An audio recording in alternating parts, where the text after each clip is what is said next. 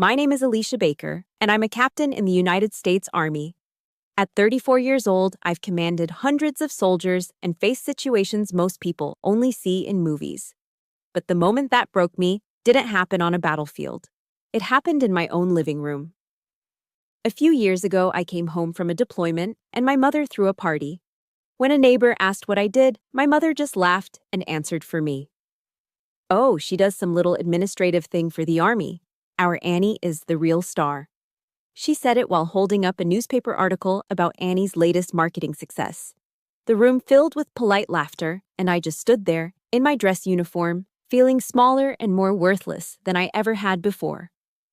That scar never healed. They didn't know that my little administrative thing was about to become the main event at Annie's glamorous engagement party, and that their laughter was about to die in their throats. Let me know where you're watching from in the comments, hit that like button, and subscribe if you've ever had your own accomplishments diminished by your own family. This story is for you. The air in Grand Isle, Louisiana, was thick enough to chew. It was a toxic cocktail of diesel fuel, brackish floodwater, and the damp, decaying scent of the bayou itself. For 36 straight hours, this had been my world. My face was raw, chapped by the relentless wind and stinging rain of Hurricane Cronus. My fatigues were stiff with dried mud. A second skin caked over a body that ached with a fatigue so deep it felt like it had settled into my bones. I stood on the hood of a Humvee, my boots planted firm, and surveyed the devastation. The water, a murky, churning brown, still rushed through what used to be streets. Uprooted oak trees lay like fallen giants, their roots clawing at the sky. This was the aftermath. This was my office. For the last day and a half, I'd been in command of an Army Corps of Engineers team. We'd cleared roads blocked by debris that looked like a giant had emptied his pockets, and we'd rescued a family of 4 trapped in the attic of their home, the structure groaning under the strain of the floodwaters, threatening to collapse at any moment. I can still see the little girl's face, her eyes wide with terror as my sergeant pulled her through a hole we'd cut in the roof. The exhaustion was a physical weight, pressing down on my shoulders, but as I looked out at the chaos, a quiet, fierce pride burned in my chest. Just ahead, one of my soldiers had planted a small American flag on a pile of rubble that might have once been a local diner. It was a makeshift gesture, a small act of defiance against the storm's fury, but it was everything. This was my world. It was messy, chaotic, and dangerous, but it was real. It was a world where actions mattered more than words, where your worth was measured by what you did, not by who you knew. I belonged here. As a brief, fragile silence fell between gusts of wind, the memory ambushed me, as it often did in these quiet moments. It was from that party, years ago. I saw Annie, my younger sister, dazzling in a shimmering cocktail dress, her arm linked through mine. She was pulling me toward her circle of friends, their faces flushed with wine and laughter. "This is my sister, Alicia," Annie had announced with a bright, dismissive smile. "Don't worry, she's harmless." The group erupted in a peal of laughter. It wasn't intentionally cruel laughter, it was light, unthinking, which somehow made it worse. It was the kind of laughter you give to a child's silly joke. My mother was standing nearby, sipping a Chardonnay, and she smiled too. It was a smile of approval, a smile that confirmed Annie's assessment. Harmless. The word had lodged itself in my mind like shrapnel. It didn't just mean safe. In that context, it meant insignificant, unimportant. A piece of furniture in the room of her life, someone you could pat on the head and safely ignore. In that moment, standing in my own family's living room, I realized I could have evaporated into thin air and no one would have noticed until it was time to clear the empty glasses. I remembered a quote I'd once read from General Patton. "Measure a man by how he stands up after falling, not by how he falls." I had been trying to stand up from that fall ever since. My phone buzzed in my pocket, pulling me from the memory and back to the humid Louisiana air. I pulled it out, the screen glowing against the gray twilight. A string of text messages from my mother. My heart did a familiar, tired little flip. Maybe this time would be different. Maybe she'd seen the news about the hurricane, but there was no, "Are you okay?" No, "Are you safe?" The first message was a picture. A lavender bridesmaid dress, elegant and simple. The second message followed immediately. Mom, you're wearing this. No arguments. I stared at it. The color of a calm spring morning, so alien in this landscape of brown and gray destruction. The third message popped up. Mom. And remember, do not wear your uniform to the party. It looks so funereal. Funereal. I looked down at my mud-caked uniform, the uniform I had worn while pulling that terrified little girl to safety. The uniform that meant everything to me. A funeral for what? For their perfect family image. Then came the final message, the one that landed like a hammer blow to the chest. Mom, I told everyone you do administrative work for the government. It's just less complicated that way. I squeezed the phone so hard I thought the screen might crack. Administrative work. With one simple lie, my mother hadn't just simplified my life for her friends, she had erased it. She had erased the deployments, the training, the command, the 36 hours of grit and leadership I had just endured. She'd replaced Captain Alicia Baker with a quiet, harmless clerk who wouldn't make anyone uncomfortable. Before I could even process the sting, another message came through. This one was from Annie. Annie, you have to be there. But please, no stories about the hurricane or the army. Mason and his friends are all SEALs. They don't want to hear anything tacky. Let's not make it heavy. A dry, mirthless smile touched my lips. Tacky. Leading a mission that saved 27 people from rising floodwaters was now considered tacky. Making an entire community safe enough for first responders to enter was heavy. I stared at my calendar app, the date of the engagement party circled in digital red. My fate was sealed. The orders had been given, not by a commanding officer, but by my family. 3 days. I just had to survive 3 days in the role they had written for me. 3 days as the harmless, administrative older sister. The flight from Louisiana to South Carolina was a blur of exhaustion and flickering cabin lights. I had my noise-canceling headphones on, listening to a Brené Brown podcast. Her voice was calm and steady, talking about courage and vulnerability. Vulnerability is not weakness, she said. It's our greatest measure of courage. The words resonated somewhere deep inside me, but felt like a language I hadn't yet learned to speak. I was trained to be the opposite of vulnerable. I was trained to be a fortress. But right then, I felt like a fortress with crumbling walls. Stepping out of the Charleston airport was like stepping into a different country. The air was clean, tinged with salt from the nearby Atlantic and the sweet scent of jasmine. Gone was the oppressive humidity and stench of decay. Here, everything was pristine, perfect. The palm trees stood in disciplined, perfect rows along the boulevard. The historic homes, painted in soft pastels of peach and sky blue, were meticulously preserved, each one a postcard of Southern grace. It was beautiful, but it was the kind of beauty that felt demanding. It made me feel suffocated, acutely aware of the mud I felt was still under my fingernails, the grit still in my soul. I felt like a smudge on a white silk dress. My phone buzzed, pulling me from my thoughts. It was my mother. Mom, have you been to Saffron's boutique yet? I had a dress put on hold for you. Try to look a little feminine. I don't want Mason's friends to think we have a weird daughter. Weird. Another word for their collection. I'd been harmless, complicated, and now I was weird. It was their polite, middle-class way of saying I didn't fit into the perfect picture they had so carefully curated. I decided to get the worst of it over with and called Annie. The phone picked up on the third ring. I could hear the clatter of silverware and muffled voices in the background, the sounds of party prep. Annie's voice was distracted, airy. "Oh, hey, you're here," she said, as if I were a catering delivery she'd almost forgotten about. "Listen, be on time tonight, okay? And, did Mom talk to you? Just don't bring up work. I don't want Mason to feel like he has to compare notes or anything. He's a SEAL, you know. It's a whole different league." I swallowed, the lump in my throat feeling hard and dry. A whole different league. The words stung more than she could ever know. It wasn't just about making Mason feel comfortable. It was about her own insecurity.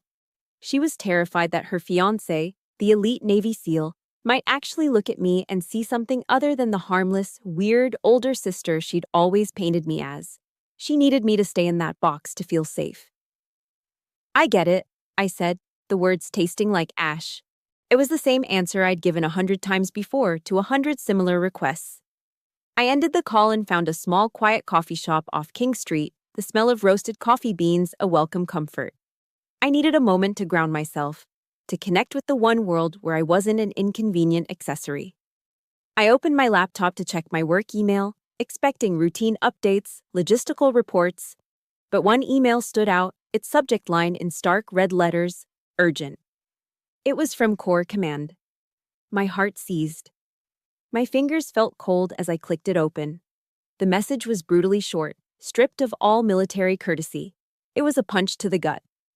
The inquiry into my command decision during Hurricane Cronus hadn't just been filed. It had been escalated. An official complaint had been lodged by a junior officer. I stared at the screen, the words blurring. A cold dread washed over me, a feeling I hadn't felt even when the floodwaters were rising around my Humvee. My career. The one place I was Captain Baker, not harmless Alicia. The one place where my judgment, my strength, my very essence had value. It was my fortress, and its foundations were suddenly cracking. The ground beneath my feet, the only solid ground I had, felt like it was splitting apart. That night, sleep was impossible. My hotel room overlooked the quiet, historic streets of Charleston, where gas lamps cast a warm, golden glow on the cobblestones. The city was peaceful, asleep under a blanket of Southern charm. But inside me, a war was raging. I've always been a soldier, comfortable fighting one enemy at a time. But this was different. I was fighting on two fronts at once, one against the quiet, insidious judgment of my family, and the other against a threat that could end everything I had worked for. The loneliness was crushing. It was a profound, suffocating emptiness that felt heavier than any rucksack I'd ever carried. In my go-bag, I kept a small pocket-sized Bible, its cover worn smooth from years of use, a habit I'd picked up in basic training. I wasn't looking for a miracle. I was just looking for a little bit of solid ground. I flipped it open to the page I always did, the paper thin and soft under my thumb. Psalm 23. Yea, though I walk through the valley of the shadow of death, I will fear no evil, for thou art with me. If you've ever felt like you were fighting a battle all by yourself, with no one in your corner, please support this story with a like, and comment the word alone below. Let's show each other we're not the only ones. Tonight, that valley felt deeper and darker than ever before. And for the first time in a long time, I was afraid I was walking it completely on my own. The Uber dropped me off in front of a sprawling historic mansion in the South of Broad neighborhood. It wasn't just a house, it was a statement.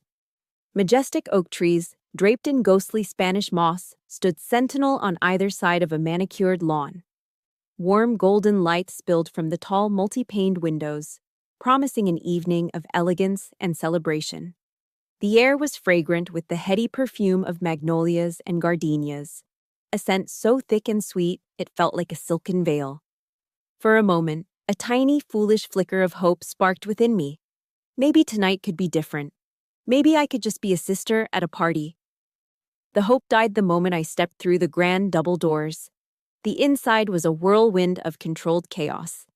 Caterers in crisp black uniforms moved with silent efficiency, arranging massive bouquets of white peonies on linen-draped tables. The air chimed with the delicate clinking of crystal glasses.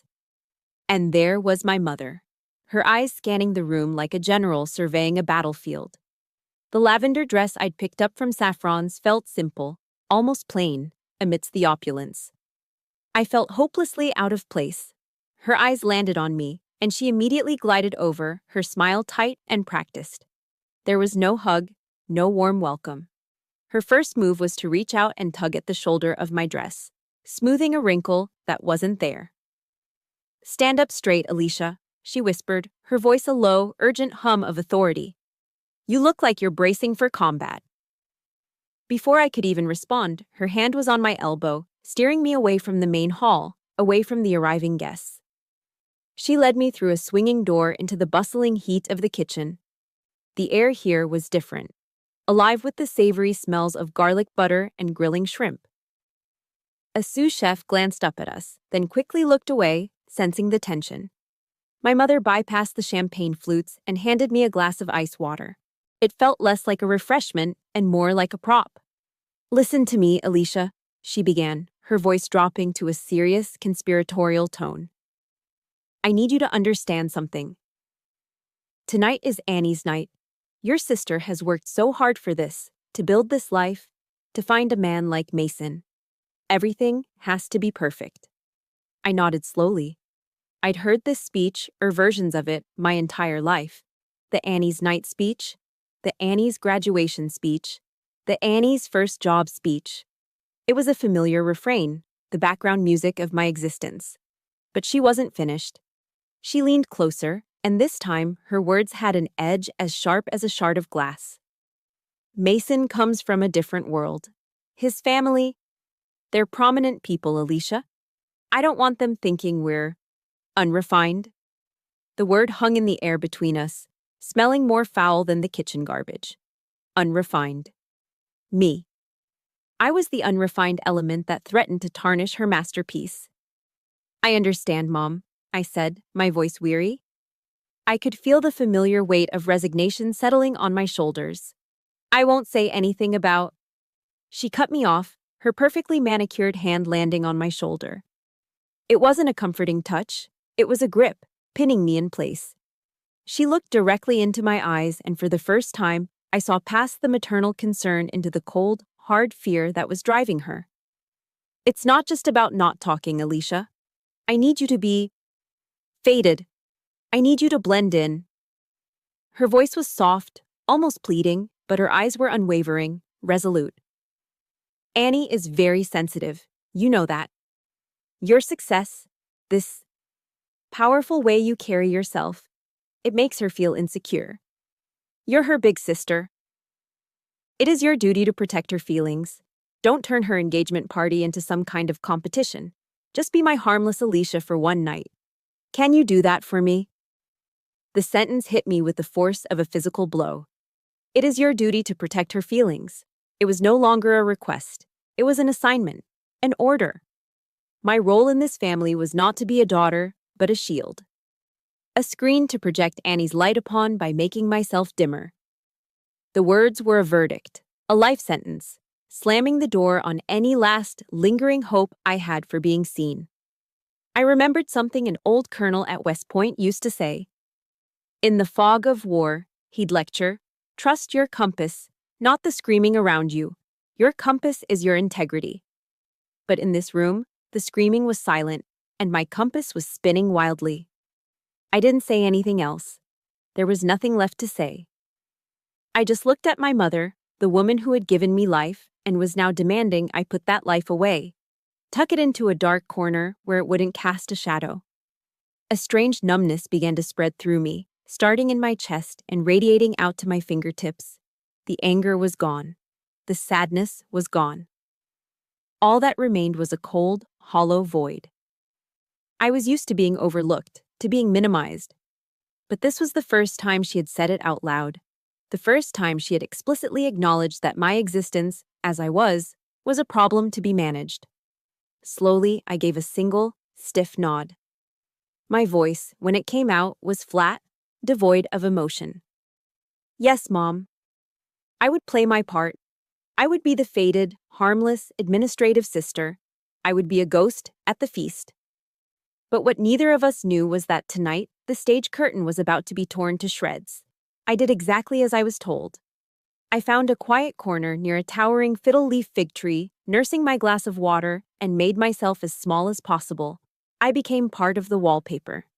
The party was in full swing now, a symphony of smooth jazz from a live trio, the cheerful chatter of Charleston's elite, and the constant musical clinking of glasses. I watched my mother circulate through the room, a gracious hostess in her element.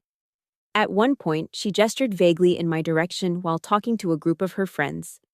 "Ah, yes, and that's my eldest, Alicia," she murmured, her voice barely a whisper before quickly steering the conversation back to the main attraction. And what an attraction she was. Annie, radiant in a simple but impossibly expensive white silk dress, was the undeniable center of this universe. She stood beside Mason, her hand resting possessively on his arm, laughing at something he said. Every eye was drawn to them. I was exactly what my mother had ordered, a shadow no one noticed. The role fit uncomfortably familiar. But the peace of invisibility never lasts. My mother's best friend, a woman named Carol with perfectly coiffed silver hair and eyes that missed nothing, broke from her circle and zeroed in on me. She held a half-empty glass of champagne like a scepter. "Alicia, dear, isn't it?" she asked, her voice dripping with a cloying sweetness that set my teeth on edge. Her eyes, however, were not sweet. They were analytical, scanning me from head to toe. "Your mother tells me you're in the military. How fascinating. Do you drive one of those big trucks? Or perhaps you have a nice, safe desk job somewhere?"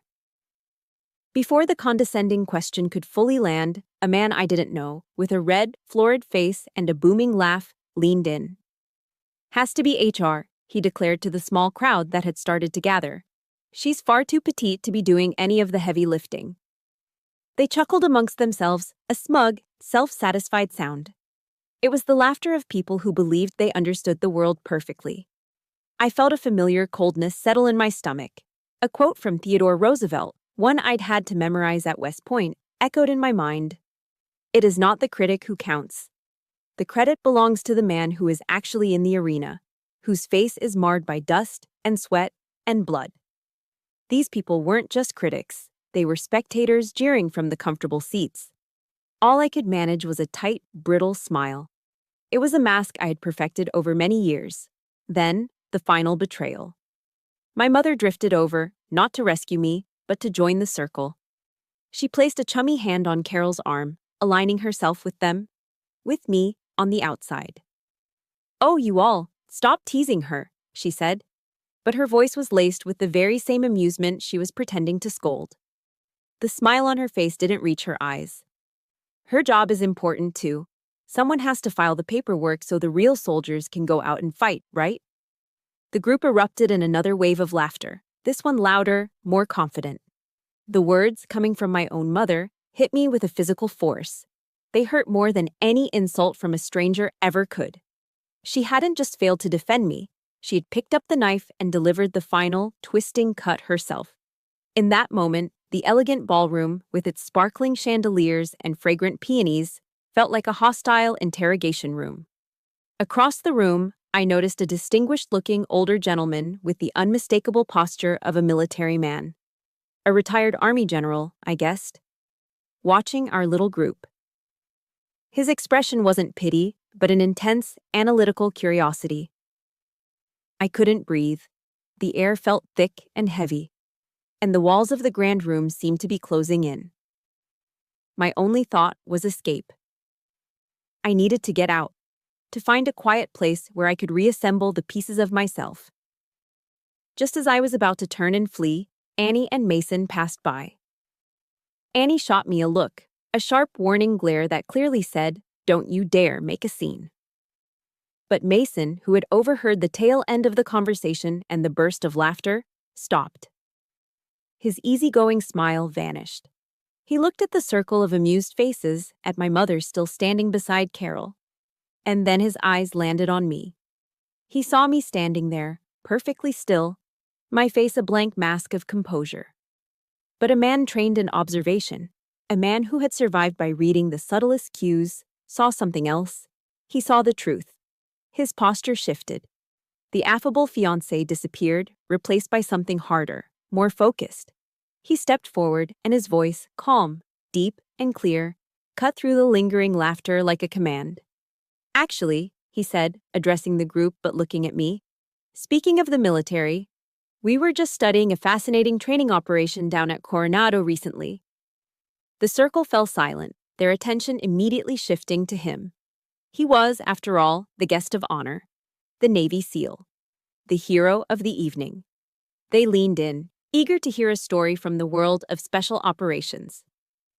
I just stood there, frozen, unaware that the story he was about to tell was my own.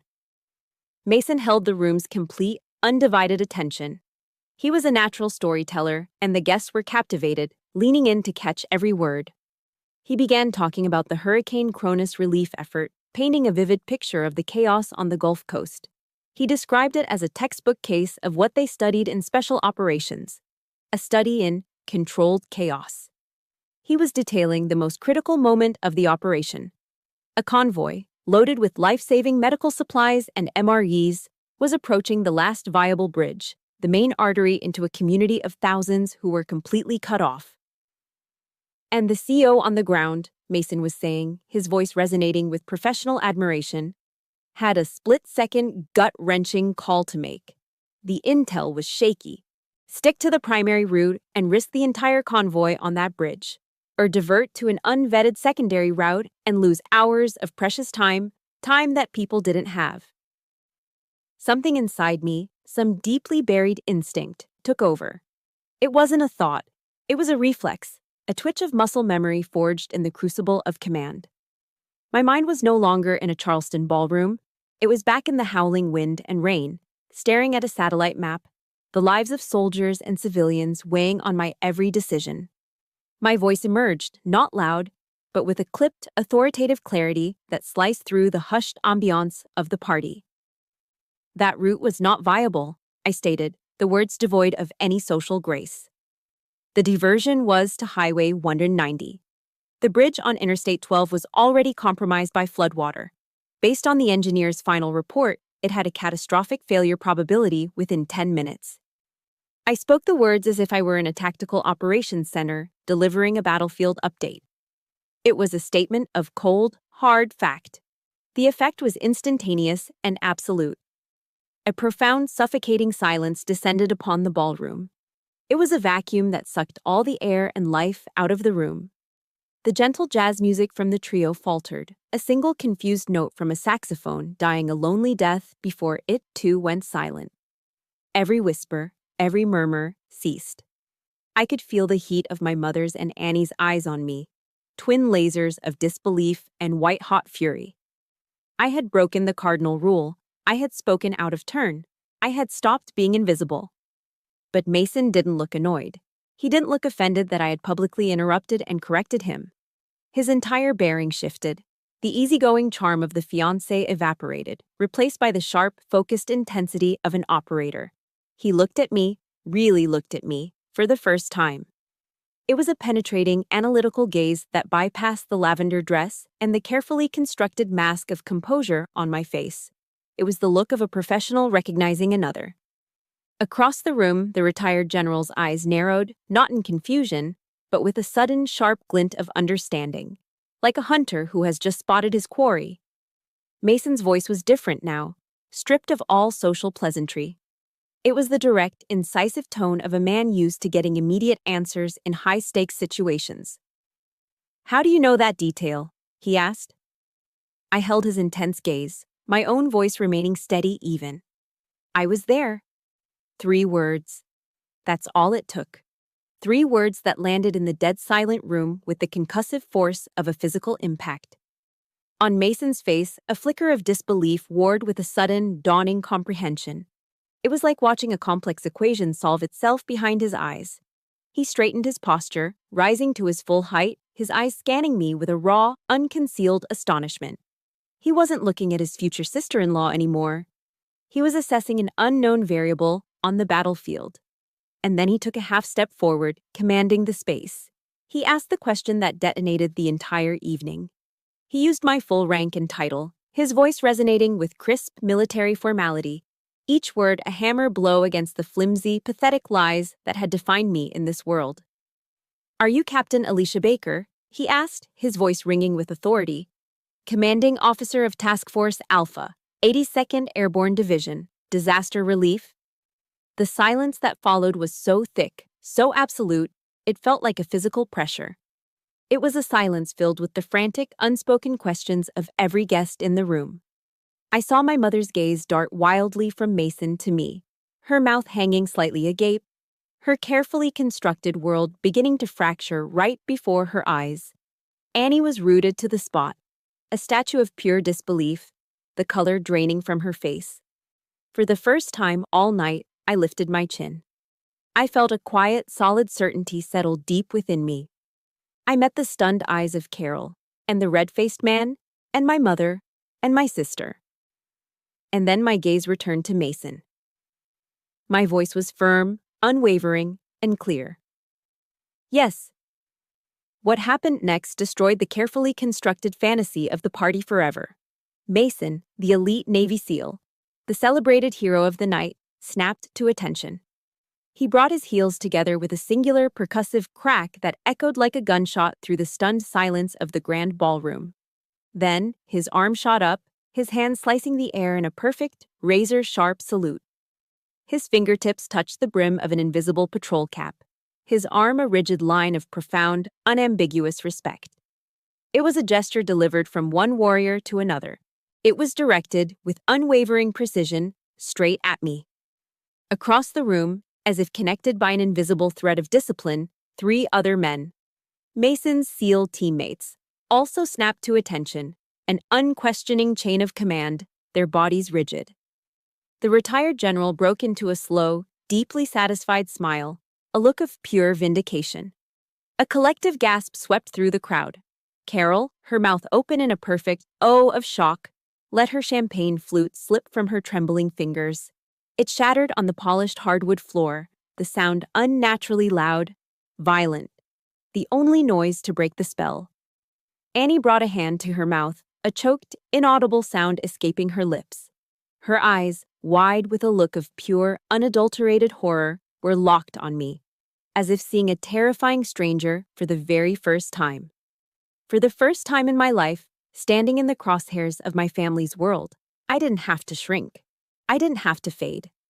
Instead, I stood anchored in my truth as the entire room was forced to recalibrate around my unshakable center of gravity. For a long moment, the only sound in the opulent ballroom was the faint, tinkling echo of shattered glass. Mason held his salute for a beat longer, a silent, powerful acknowledgement before lowering his hand. He turned to the stunned, silent crowd, his expression unreadable, but his voice carrying the weight of indisputable authority. The relief operation Captain Baker commanded during Hurricane Cronus, he began, his voice calm and clear, cutting through the thick tension, is now being used as a case study at Coronado. A wave of murmurs rippled through the guests. Coronado. The word itself was legendary. It's a study in decisive leadership under extreme pressure, Mason continued, his eyes briefly finding mine again. Her voice on the comms, the clarity of her commands in the middle of that storm. It's something every SEAL candidate is required to listen to and learn from. He then turned his head slightly towards the retired general, who was still watching intently. Isn't that right, General? The general, a man who radiated a lifetime of command, gave a firm nod. Absolutely correct, he confirmed, his voice a low rumble. Captain Baker's after-action reports are a masterclass in clarity and decisive action, a model for the officer corps. The validation from 2 unimpeachable sources sent another shockwave through the room. I saw someone in the back pull out their phone, their thumbs flying across the screen. A moment later, his voice was a disbelieving whisper that was somehow audible in the quiet room. My God. It says here she saved 27 people. Those words were like a series of hammer blows, not to me, but to the fragile, carefully constructed world of my mother. She took a hesitant step toward me, her hands trembling slightly. Her eyes were wide with a kind of dazed horror, as if she were looking at a complete stranger who had inexplicably taken her daughter's place. You're a captain? She stammered, the words sounding foreign and unbelievable on her tongue. Alicia? Why? Why did you never tell me? I looked directly into her eyes, into the swirling vortex of confusion and denial. And I said nothing. Because I had told her. Not always in words, but I had told her with every late-night call from a different time zone, with every holiday missed, with every promotion, with every ounce of dedication I had poured into the only life that ever made sense to me. I had lived that truth in front of her every single day. She had simply chosen not to see it. My silence now, in this shattered room, was louder and more damning than any accusation I could ever make. It was Annie who broke first. Her shock curdled instantly into a hot, defensive rage.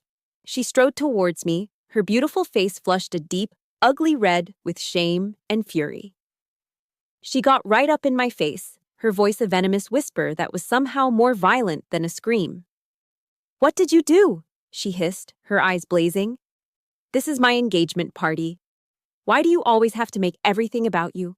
You planned this, didn't you? You did this just to embarrass me."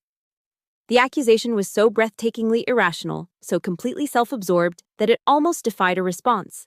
She hadn't heard the truth. She had only heard the applause for someone else. She saw my moment of vindication as her moment of being upstaged. Mason, hearing her words, frowned deeply. He gently took her arm, a restraining gesture that she angrily shook off. It was in that chaotic, emotionally charged moment that my phone vibrated in my clutch. A new kind of cold, far sharper than the chill of my mother's disapproval, shot through me. I pulled it out. The screen displayed a single, encrypted message from command. My heart stopped. The words were stark, brutal, and stripped of all context. Suspension advisory in effect. Report to JAG office, Fort Bragg, 0800, HRS, immediate. The irony was a cruel, physical blow. In the very instant I had finally reclaimed my honor in the eyes of my family, it was being threatened in the only world that truly mattered. The victory was hollow. The ground I had just gained crumbled beneath my feet. I had to go, now. My training took over. Emotions were a liability. The mission was all that mattered. I turned to Mason, giving him a single, curt nod of thanks. It was all I could offer. Then I faced my mother and Annie, my face a neutral mask. "I have to go." Annie let out a sound that was half scoff, half sob. "Work, of course, I knew it," she cried out, her voice rising, finally finding its volume. "You always put your stupid job before this family." I looked at my younger sister one last time. The anger was gone, replaced by a profound, glacial calm. "This isn't my job, Annie," I said, my voice quiet but as cold and hard as steel. "This is who I am. If you believe that our true family should be the ones who build us up, not tear us down, please hit the like button and show your support by commenting, 'I stand with Alicia' below." And with that, I turned my back. I walked away from the shattered glass, from the wreckage of my mother's perfect party, and from the smoking crater where my relationship with my family used to be. I walked straight out the door and into the cool Charleston night, a soldier marching toward her next war. I burst out of the mansion's grand entrance and into the cool, humid embrace of the Charleston night. The sudden shift in atmosphere was a relief, like coming up for air after being held underwater. I didn't look back. The sounds of the party, the smooth jazz, the shocked whispers, the ghost of laughter, faded behind me, along with the image of my mother's stunned face and Annie's incandescent rage. They were scenes from a life that no longer felt like mine. My rental car was parked down the street. I got in, the cheap fabric of the seats a stark contrast to the opulence I'd just left. I turned the key, and the engine rumbled to life. There was no time for the bittersweet satisfaction of my vindication, no time for the deep, aching sorrow of my family's betrayal. The moment I put the car in drive, the emotional part of my brain shut down and the command officer took over. A new mission had just dropped. My objective was clear. Mission, Fort Bragg, North Carolina. ETA, 800 hours. Obstacle, a formal complaint that could detonate a 15-year military career. I punched the destination into the GPS, and the calm robotic voice of the navigator became my sole companion for the long night ahead. In 200 feet, turn right. It was a simple, direct order. I could deal with that. The miles dissolved under the tires as I merged onto Interstate 95, heading north. The darkness of the highway was punctuated by the rhythmic, hypnotic glow of the overhead lights, each one a yellow pulse in the vast emptiness. This was my new operational theater. My mind, trained for strategic analysis, began reconstructing the incident, running a mental after-action report. The decision to divert the convoy from the I-12 bridge. Why did I make that call? The data flooded my memory. The engineer's report, ambiguous but leaning negative. The rising water levels, faster than the NOAA models predicted. The wind shear, gusting at speeds that could compromise the structural integrity of an already stressed bridge. It wasn't a guess. It was a calculated risk assessment under extreme duress. My decision had been sound. So, who filed the complaint? The name formed in my mind with near certainty. Lieutenant Miller. A young Green officer, fresh from West Point on his first major disaster relief op. I remembered his voice over the radio, tight with anxiety, questioning my order to divert. He'd called it an unnecessary deviation from the op plan. He hadn't seen the bigger picture, he'd only seen the rule book. He had been scared. And now he was likely trying to preemptively cover his own career by painting my command decision as reckless. He was sacrificing his integrity to protect his fitness report. I needed evidence, hard data. I ran through a mental checklist, communications logs, the complete radio transmission recordings, satellite imagery of the water levels just before and after my decision. All of it was on my encrypted laptop, safe in my go bag on the passenger seat. My entire defense was in that bag. We have a saying in the Army, the 6 Ps. Proper planning and preparation prevents poor performance. My entire career had been an exercise in the 6 Ps. This would be no different. Sometime after midnight, my phone buzzed on the center console. An unknown number with a California area code. My first instinct was to ignore it. I wasn't in the mood for wrong numbers or telemarketers, but something made me reach for it. Baker, I answered, my voice flat. There was a brief pause on the other end, then a familiar, deep voice. Captain Baker, it's Mason Grant. I was taken aback. Mason? Yeah. Look, I'm sorry for all of that tonight, he said, and his voice was sincere, stripped of any pretense. I just wanted you to know, if you need anything, a character witness, a statement on your professional reputation, anything at all, you have my number. What you did during that storm, the decisions you made, that was the real deal. Truly exceptional. The offer was so unexpected, so genuinely supportive, that for a moment I didn't know how to respond. The man who was about to marry into the family that had spent a lifetime diminishing me was the only one who seemed to see me clearly. Thank you, Mason, I finally said, the words feeling inadequate. I'll keep that in mind. It was a short call, but it felt like a single, steady light in the oppressive darkness of the highway. At least one person in that world saw me for who I am. The first pale pink-gray light of dawn was breaking over the pine trees of North Carolina when I finally saw the signs for Fort Bragg. I drove through the main gate, the young MP in the guard booth snapping a sharp salute as he checked my ID. Here, surrounded by the familiar sights and sounds of a military installation, the tension in my shoulders began to ease. Here, I wasn't the harmless or weird daughter. Here, I was Captain Baker. I was home. I felt a strange sense of calm settle over me. The fear that had been a low hum beneath the surface had evaporated, replaced by a cold, hard focus.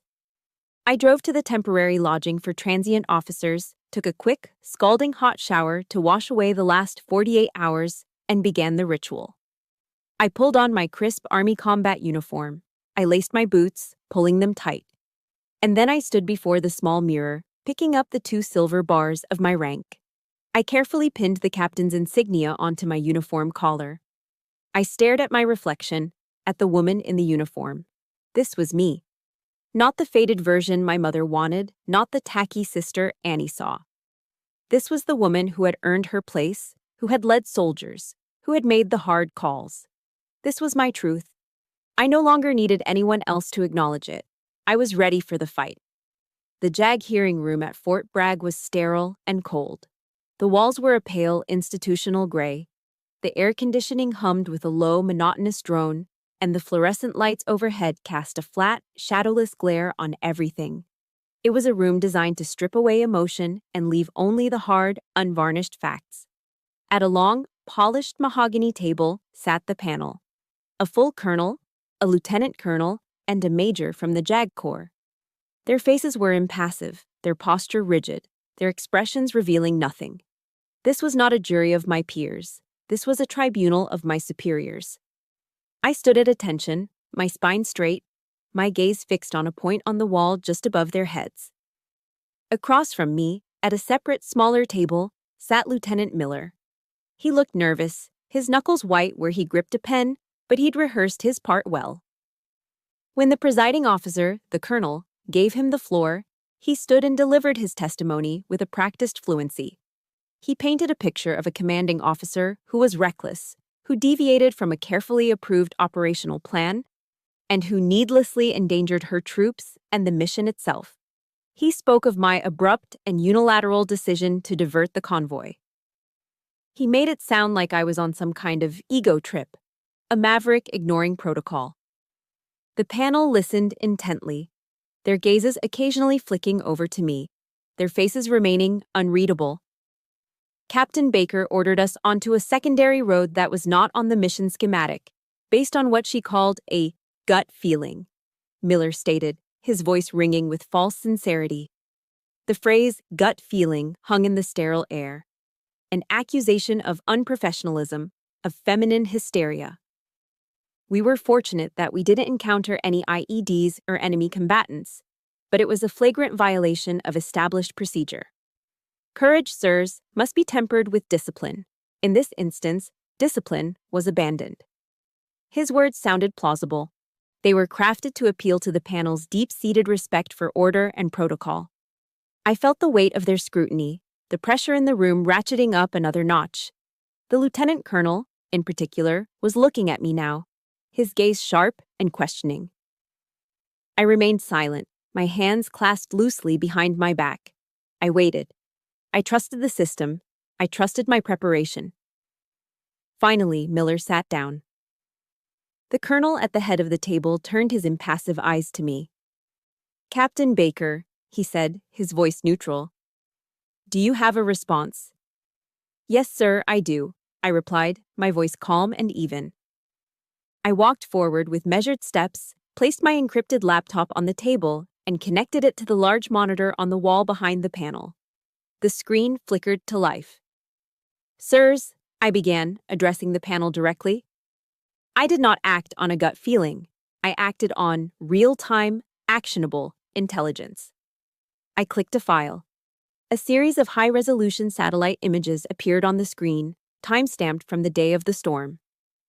"This is the I-12 bridge at 1400 hours, I said, using my laser pointer to highlight the image. "As you can see, the water has already breached the lower supports." I clicked to the next image. "This is at 1420 hours. You can clearly see the beginning of structural fracturing along the main pier." I brought up the next file. "These are the communications logs between myself and Battalion HQ." The logs appeared on screen, a dry, factual record of the unfolding crisis. At 1425, I requested an immediate structural integrity update on the bridge. The response, as you can see, was inconclusive. They couldn't guarantee its stability. My voice was steady, my presentation methodical. I was not a defendant pleading her case. I was an officer delivering a report. I made a command decision based on the best available intelligence at the time. My primary objective was to preserve the lives of the 27 civilians in that convoy and the 12 soldiers under my direct command. The secondary objective was to deliver the aid. A collapsed bridge would have resulted in a catastrophic failure of both. I paused, letting the data sink in. I could see the panel leaning forward, studying the screen. Miller was staring at his hands, avoiding everyone's gaze. "And now, sirs," I said, my voice dropping slightly, "I present my final piece of evidence." I opened one last file, an audio file. I clicked play. The room was instantly filled with the chaotic sounds of the hurricane, the howling shriek of the wind, the percussive roar of the rain against metal. It was the sound of being inside the storm. Then, my own voice, sharp and clear over the radio, cutting through the static. Me, on radio. "All call signs, this is Alpha 6. Be advised, we are diverting." I repeat, "We are diverting to alternate route Bravo. Acknowledge." There was a crackle of static, And then another voice. It was panicked, high-pitched, but unmistakably Miller's. Miller, on radio. Alpha 6, this is Bravo 2. That's a deviation from the op plan. We don't have clearance for that route. Me, on radio. Bravo 2. The primary route is compromised. You will follow my orders. Acknowledge. Another pause, filled with the screaming wind. Then Miller's voice came again, this time subdued, compliant. Miller, on radio. Roger that, Alpha 6. Acknowledged. I let the recording play. For another 30 seconds, there was only the sound of the storm. And then, the final, damning exchange. Me, on radio. Bravo. 2. Status report on alternate route. Miller, on radio. Alpha 6, route is clear. Road is passable. Thank God we didn't take that bridge. Over. I hit stop. The recording ended, plunging the room into a heavy, profound silence.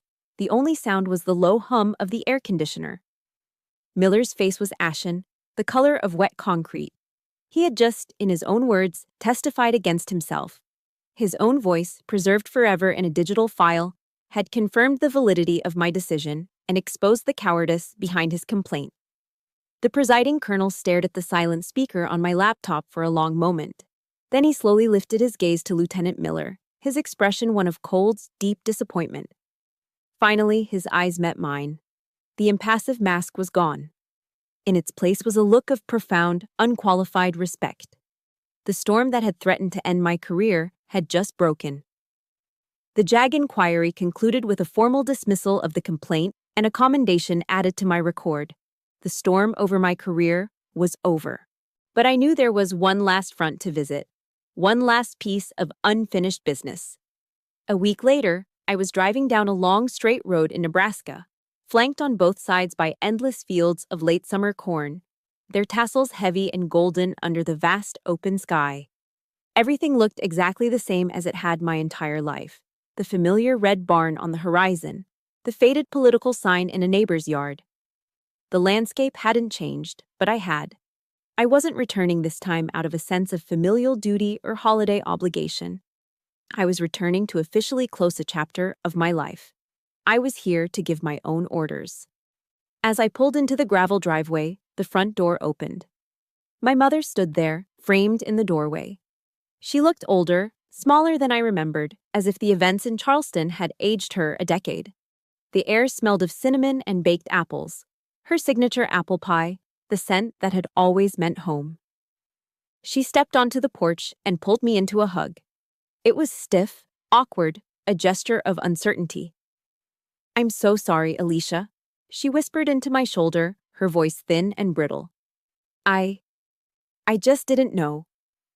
Behind her, hovering in the shadows of the hallway, was Annie. She wouldn't meet my eyes, her gaze fixed on a spot on the hardwood floor.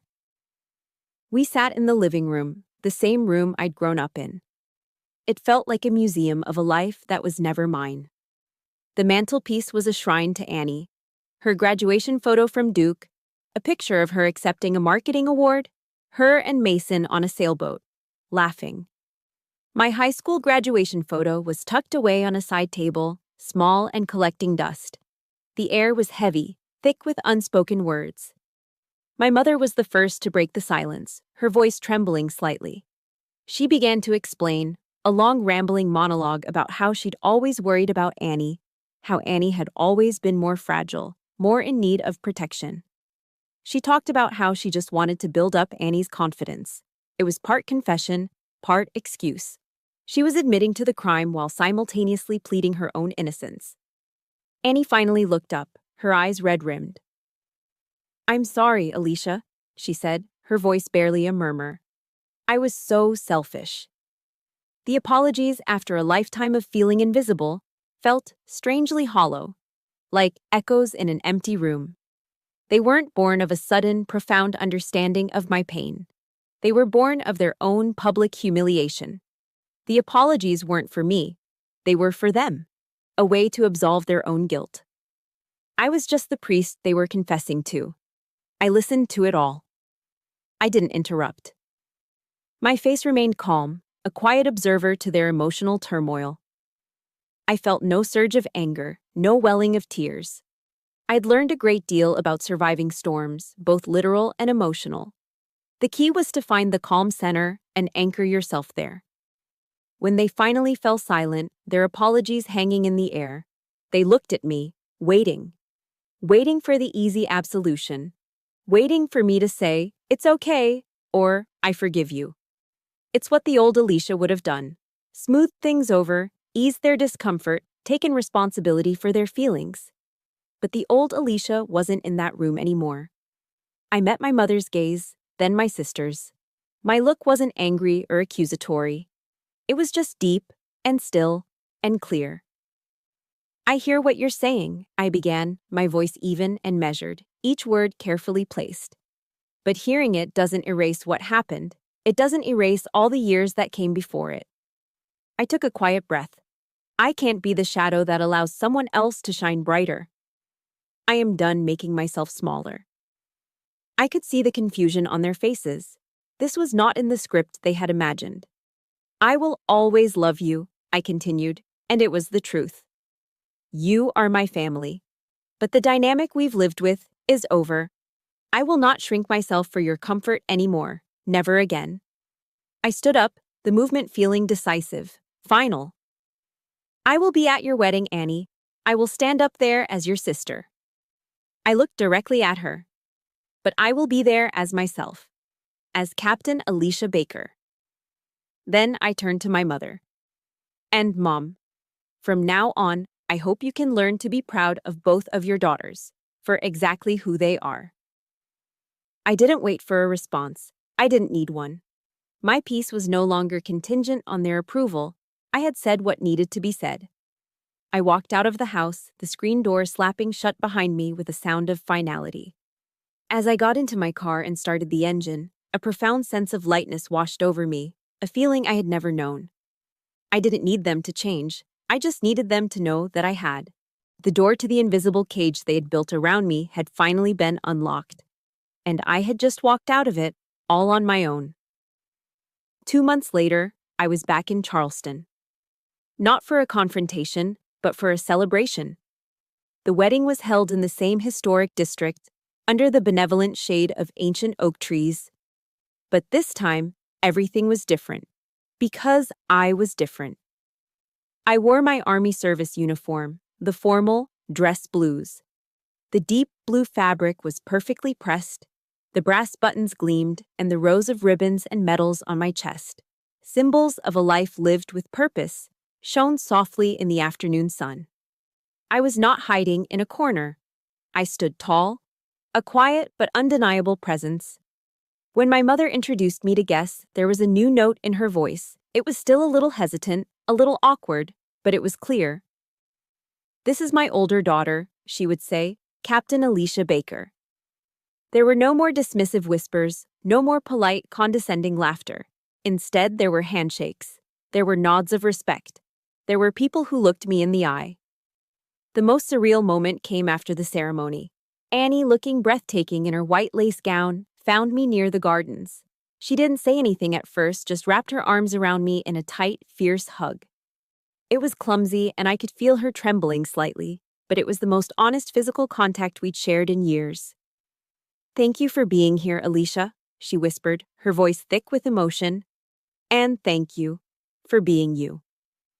This time, when she said it, I knew she meant it. The apology wasn't hollow anymore. It was the beginning of something new, something real.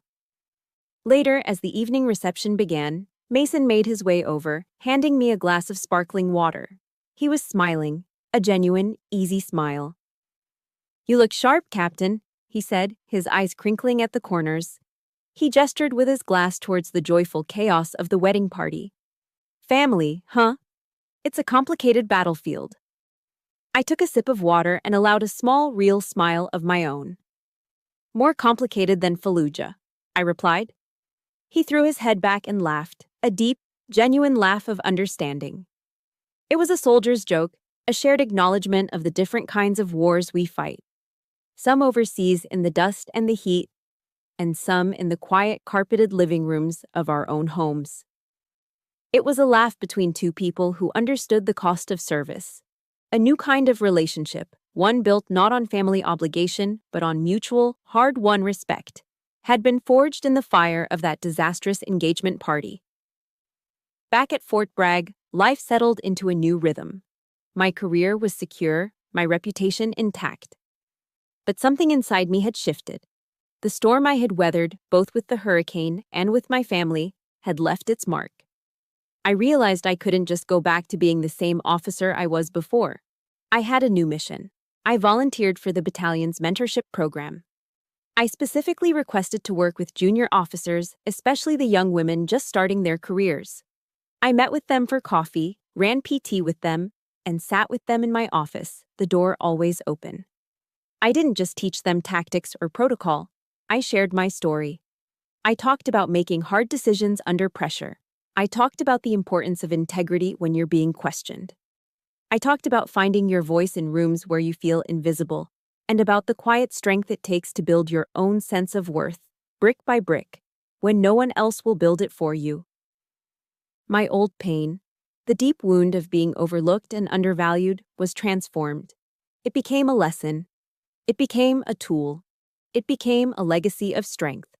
The voice that my own family had spent a lifetime trying to silence was now shaping a new generation of leaders. The final piece fell into place on a cool, crisp autumn morning in North Carolina. I was out for an early run around a quiet lake near Post. The mist rising off the water, the air clean and fresh in my lungs. My phone rang, and I almost didn't answer. But I saw the caller ID. It was my mom. I slowed to a walk, my heart rate steady. "Hey, Mom." "Hi, honey," she said, her voice quiet. I just wanted to call and see how you were, and to tell you, I love you." There was no big agenda, no hidden request. It was just a call. "I love you too, Mom," I said. We talked for a few more minutes about nothing and everything, and as I hung up, a profound truth settled over me with the gentle weight of the morning sun. My peace hadn't come from their apologies or their changed behavior. It had come the moment I stopped needing it. It came when I realized my value wasn't up for debate. It wasn't something they could give me or take away. I had found it myself, forged in storms, tested in hearings, and finally claimed as my own. It was defined by my actions, my integrity, and the quiet compassion I was learning to show myself. After a long and arduous journey through battlefields both foreign and domestic, Captain Alicia Baker was finally exactly where she belonged, grounded, respected, and completely, unshakably, free. Thank you for walking this long road with me. My freedom, I realized, wasn't about winning a battle against my family. It was about ending the war inside myself. It was about the moment I decided that my value was mine to define, not theirs to give. Your battlefield might look different. It might be in a boardroom or at a holiday dinner table. But the path to that same peace is always there, waiting for you to claim it. If my story resonated with you, please subscribe and hit the like button. Share it with someone who might need to hear that they are not alone. This channel is a place for stories like ours, stories of strength, survival, and the quiet courage it takes to finally become who you were always meant to be.